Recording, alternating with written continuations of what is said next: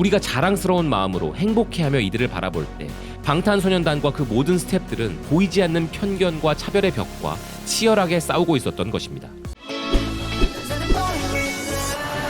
안녕하세요, WB입니다. 오늘 영상은 정말 많은 분들이 봐주셨으면 좋겠네요. 아울러 제가 전하고자 하는 이야기까지 다 봐주셨으면 하고요. 일단 최근 미국의 패션 잡지 틴 보그에서 나온 칼럼을 소개해드리면서 이 문제에 대해 더 깊게 생각해볼 부분들을 이야기 나눠볼까 합니다. 헤드라인을 먼저 말씀드리자면 방탄에 대한 비판은 종종 비판을 빙자한 외국인 혐오이다. 이어지는 내용은 본문 내용 중 가장 중요한 부분들입니다. 작가 아미나 칸은 최근 호주의 한 방송사가 K-팝 슈퍼스타 방탄소년단을 향해 드러냈던 인종 혐오는 영어가 아닌 언어를 사용하는 아티스트들에 대한 사람들의 생각을 단면적으로 보여줌으로써 더 큰 문제를 암시하고 있다고 주장했다. 2018년 3월에 방탄소년단 래퍼 슈가가 편견 없이 음악을 듣는다면 당신도 방탄의 음악을 좋아할 것이라고 미국의 청소년 매거진 j14의 독자들에게 말한 바 있다. 그 당시만 해도 이 한국의 아이돌 그룹은 이미 미국의 주류 팝업계에 안정적으로 진입하는 중이었다. 슈가의 장담이기도 하고 부탁이기도 한 이 요청은 1년이 지난 지금도 여전히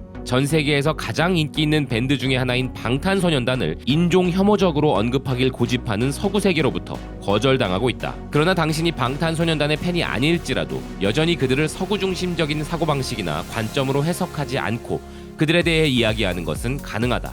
방탄소년단이 글로벌 스타덤을 향한 행보를 이어가는 지금 영어권 사람들에게는 다른 영어권 사람들이 방탄을 언급할 때에만 그것을 성공이라 인정하는 경향이 있음을 지적하기엔 이미 늦었다. 이러한 경향은 대놓고 인종 혐오적인 것으로 보여지지 않기 때문에 판단하기 애매하고 지적하기도 매우 어렵다. 아직도 영어가 아닌 언어의 노래가 서구 세계에서 히트곡이 될 경우 충격적이라거나 놀랍다라고 표현하는 뿌리 깊은 인식이 존재한다. 인기가 있는 모든 것을 조롱하는 경향도 존재하는데 특히나 10대 소녀들이나 젊은 여성들로부터 인기를 얻을 경우에는 좀 더 심각하고 그 대상이 라틴 팝이나 K-팝을 포함한 영어로 부르지 않고도 인기를 얻은 노래일 경우에는 더욱 심각하다. 전 세계적인 인기를 얻고 월드 투어를 하며 여러 나라의 음반 차트를 장악하는 것은 오직 영어를 사용하는 아티스트에게만 가능한 일이라는 인식이 저변에 깔려 있는 것이다.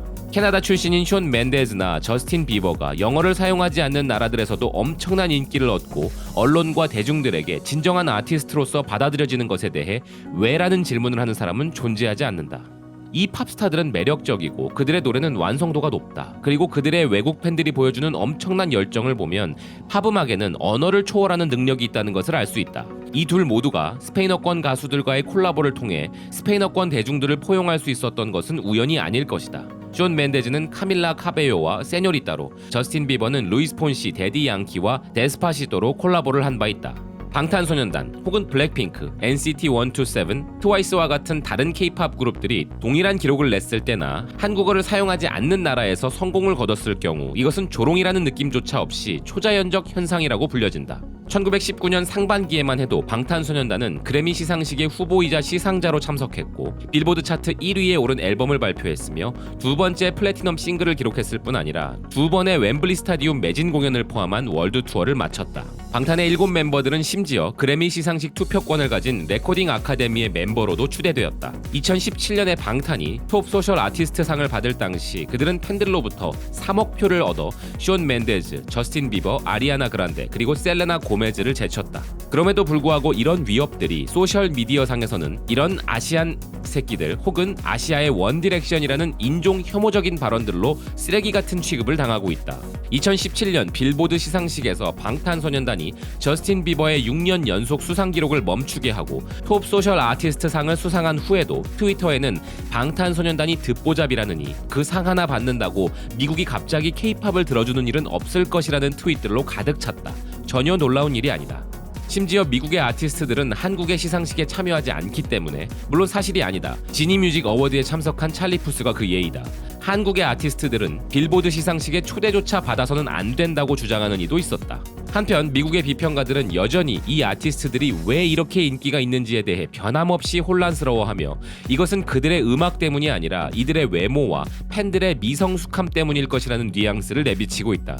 지난 봄 캐피탈 FM의 로만 캠프는 메트로 UK와의 인터뷰에서 방탄소년단에 대해 언론들이 떠들어대는 것은 그들의 음악적인 실력 때문이 아니라고 말했다. 캠프는 이런 광적인 팬덤을 형성하는 이런 밴드를 살펴보면 과연 이 팬들이 음악을 들으려고 모인 것인지 아니면 저들의 외모 때문에 모인 것인지 알 수 없다고 말했다. 그러나 그는 과거에 방탄과 비슷한 장르의 음악을 만들며 비슷한 연령과 비슷한 성별의 팬을 가졌으나 다른 점이라면 영어를 사용하는 원디렉션의 멤버들이나 조나스 브라더스의 멤버들 혹은 숀 멘데즈가 그의 라디오쇼에 출연했을 때는 그런 광적인 팬덤을 옹호한 적이 있다.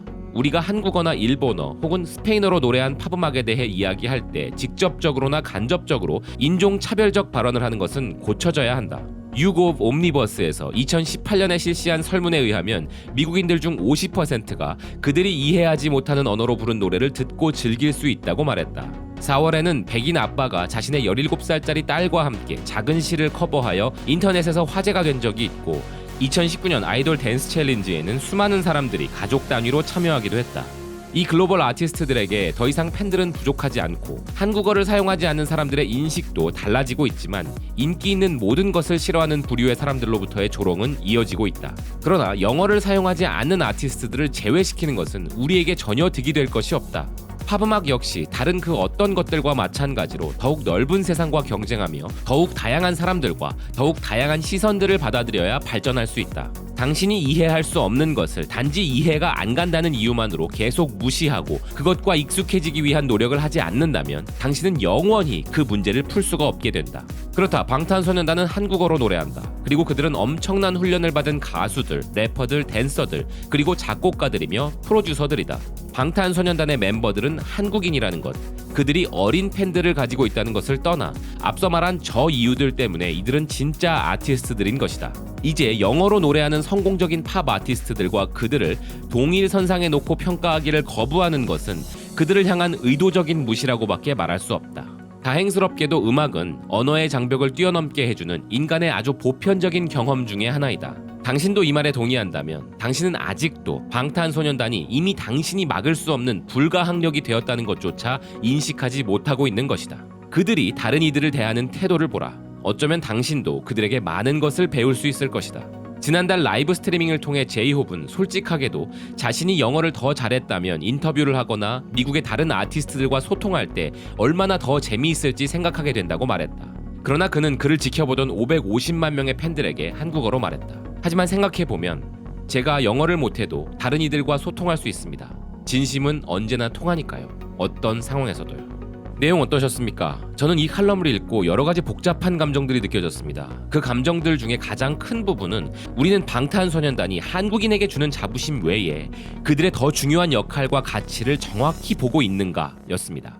기본적으로 이 필자의 칼럼 내용에 저 역시 공감합니다. 저뿐만 아니라 대부분의 한국분들은 한국어로 부른 노래가 전 세계적으로 엄청난 성공을 거두고 그 친구들이 한국 출신이라는 사실에 큰 자부심을 느끼실 겁니다.